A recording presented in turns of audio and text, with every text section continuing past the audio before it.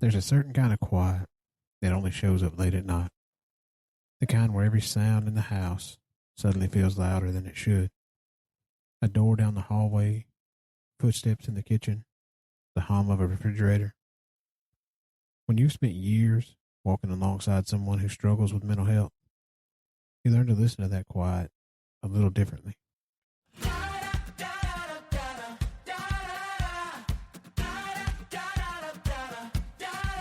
Just Jesse's jabber with a friendly face. Welcome into your favorite space. If it's on his mind or it's in the air, and you've got a minute, drag up a chair. It's a little bit of this, a little bit of that. Stay a while and join the chat. Jesse's jabber, Jesse's jabber. Time goes by and life goes faster. Take a minute just to clear your head. Maybe there's comfort in the words that he says. Going through life with his kids and his wife. Throws in sports and some PS5. No hot takes, he just shoots it straight. Just a regular guy at the end of the day. If you found your way through the endless noise and clatter, listen in, maybe tell a friend. This is Jesse's Jabber.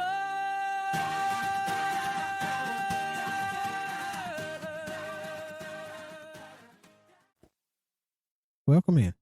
I'm glad you're here. This is the place where we slow things down for a few minutes and talk about the parts of life that don't always make it into everyday conversation. The quiet struggles. The lessons that take years to understand. The moments that shape us in ways we never expected. This week's episode is about walking alongside someone you love who struggles with mental health. Not the highlight reel version, the real version. The kind that plays out in quiet houses late at night when the world slows down and every little sound suddenly stands out. Maria and I have been walking that road with our son for years now. And along the way, we've learned something that took us a long time to understand. Pressure isn't always the enemy. Sometimes it's the thing that teaches you how to stay. Thanks for tuning in to episode 6. Pressure isn't the enemy. This is Jesse's Jabber. Outnumbered, overstimulated, and on the mic. Let's get into it.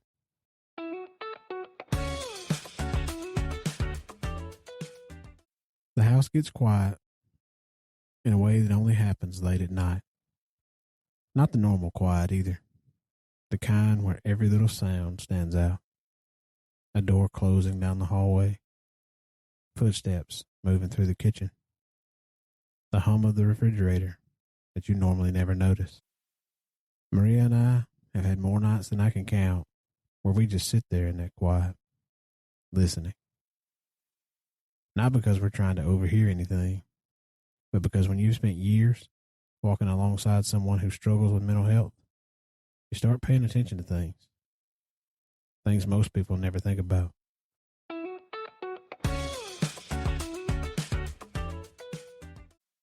There's a specific kind of weight that comes with watching your child struggle with mental health.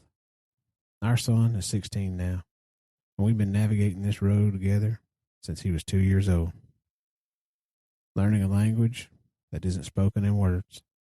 For 14 years, we've been the ones seeking help, making the calls, and trying to find a direction that actually works. But if we're being honest, the hardest struggle hasn't always been his. It's been ours. It's the mental exhaustion of having your switch stuck in the on position for over a decade and still feeling like we're reading a map in the dark. There's a common misconception that being there for someone eventually gives you a PhD in their internal world. We expect that by year 5, 10, or 16, that we should have the perfect response ready for every crisis. The reality is much heavier. Stigma tells us that if we truly cared or worked hard enough, we'd understand it by now. It treats mental health like a visible wound, something we can point to, measure, and eventually fix. But for those of us who've lived it since our children were toddlers, we know that truth is far more complex. The greatest stigma isn't just the judgment from others. It's the quiet, internal wall that builds when we realize we can't truly understand the weight someone else is carrying, even when we love them the most. Just because a struggle isn't visible on a scan doesn't mean it isn't real. We've realized that admitting we're lost sometimes, even while standing right next to the person we love, it isn't a failure of parenting. It's an honest acknowledgement of the human mind.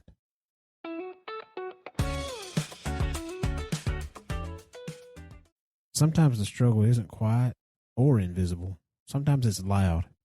It's the sudden jarring spike of impulsiveness that catches everyone off guard.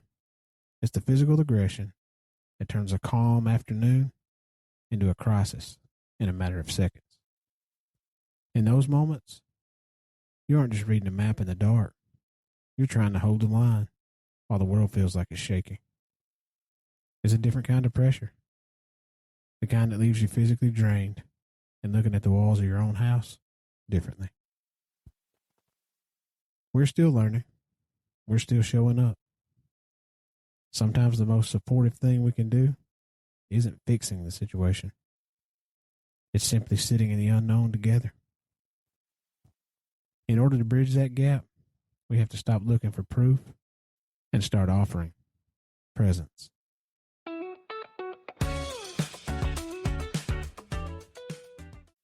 Presence sounds simple when you say it out loud. Just be there. Sit with them. Listen. But presence, over the course of years, becomes its own kind of endurance sport. It's being alert to subtle shifts that most people would never notice. A different tone in their voice, a door closed a little earlier than usual, a laugh that sounds a bit forced, a silence at the dinner table that carries more weight than the conversation ever did. When you've been on this road long enough, you start learning the language that isn't spoken in words. Sometimes it's body movement. Sometimes it's eye contact. Sometimes it's silence. And sometimes it's the complete absence of all three. And the hard truth is that even after learning to recognize that language, you still don't always know what it means. Maria and I have spent more than our share of nights sitting in the quiet after the house settles down, replaying the day. Did you notice that? Do you think he meant something by that? Was that a good day or just a quiet one? And we aren't the only ones watching the clock or listening to the footsteps. The rest of the 12 are navigating this too. How do you explain to a younger sibling why a brother they love is suddenly someone they don't recognize? How do you help them understand that the impulsivity isn't bad behavior, but a battle being fought internally? We spend as much time translating the situation for them as we do for ourselves. It's a constant balancing act, trying to ensure one child is supported while also protecting space for the others to grow, feel seen, and enjoy their own childhood without being overshadowed by challenges they didn't ask for. We're all learning the language, but the rest of the 12 are learning it in real time, right alongside us.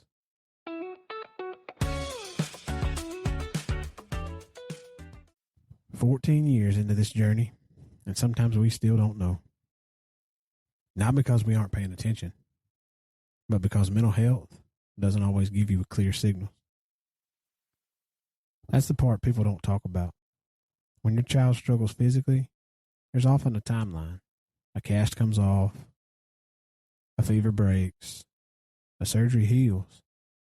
But mental health doesn't always move on a straight line. Sometimes progress is obvious. Sometimes progress looks like survival. And sometimes progress just looks like a day where nothing went wrong.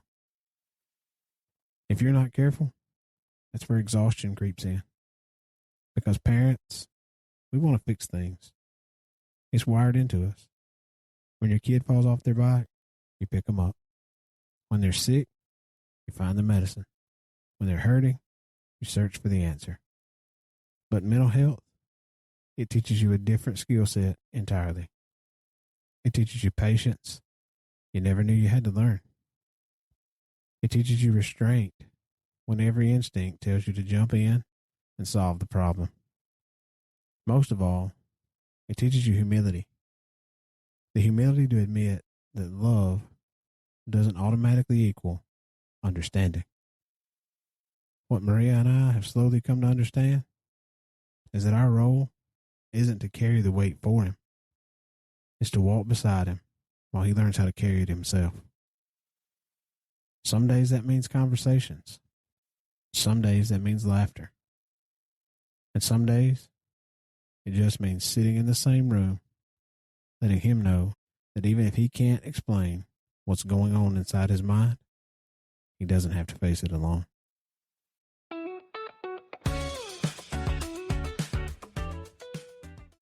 That's the realization of the silent language. It isn't dramatic. It doesn't come with a highlight reel or a clean ending. It's just years of showing up, years of learning, years of loving someone through something you can't see and can't fully understand. Maybe that's the real lesson hidden in all of it. Support isn't always about having the right words. Sometimes it's simply about being the person who stays. Sometimes when people hear stories like this, they want a clean answer. A moment where everything suddenly makes sense. A lesson that wraps the whole thing up with a bow. But the truth is, mental health doesn't really work like that. Over time, we've started to realize something else about this journey. There's a lot of pressure in it. There's the pressure to notice the signs, the pressure to say the right thing, the pressure to step in when it matters and step back when it doesn't, the pressure to be the light when the day feels the darkest. For a long time, pressure was our worst enemy. It felt like the weight that never turned off. The quiet responsibility of knowing that someone you love is navigating a world that can sometimes feel heavier for them than it does for everyone else. But somewhere along the way, our perspective started to shift. We started to see that pressure isn't always the thing that breaks you. Sometimes it's the thing that shapes you. It sharpens your awareness.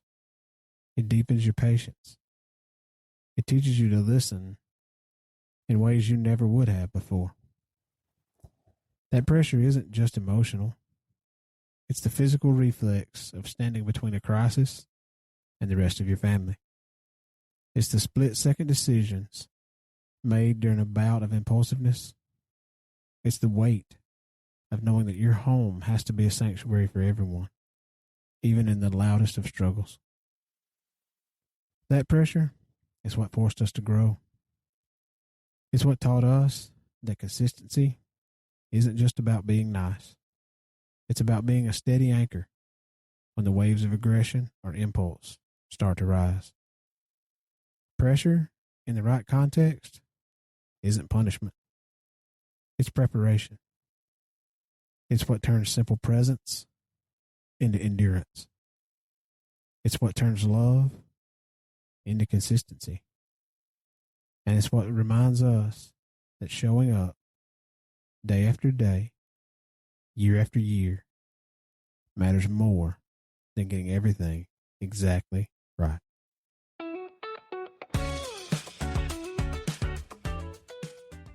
Maria and I, we still don't have all the answers. After 14 years, we probably never will. But we're still paying attention. We're still showing up. We're still learning that language that isn't spoken in words. Along the way, we've come to realize something that took us a long time to understand. But it's something that matters just as much as anything else we've learned. We've learned that pressure isn't the enemy of this journey. Walking away would be.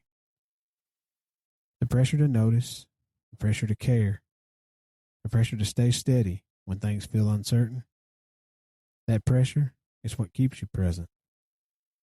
Because when someone you love is fighting battles you can't see, sometimes the most powerful thing you can do isn't fixing the problem. It's simply being the person who stays.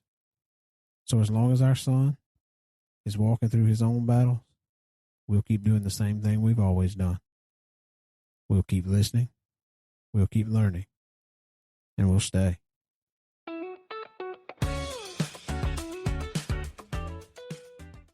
If you're listening to this and your family's walking a similar road, I want you to hear something clearly. You're not alone in the quiet. There are parents sitting in living rooms just like ours, listening for the same footsteps, asking the same questions, and learning the same difficult lessons about patience, presence, and love. This road doesn't come with easy answers, but over time, it reveals something important. Showing up consistently matters more than getting everything exactly right. Sometimes the most powerful support we can offer the people we love isn't fixing their struggle. It's simply staying close enough so they never have to face it alone. Thanks for spending a little time with me this week. If you know someone who needs to hear this or just want to help pass it along, hit that share button. Like, subscribe, follow. Go check out the website, jessesjabber.com. Every little bit helps. This is Jesse's Jabber, outnumbered, overstimulated, and on the mic. You're not alone. Drive safe, hug your people, and we'll talk again soon.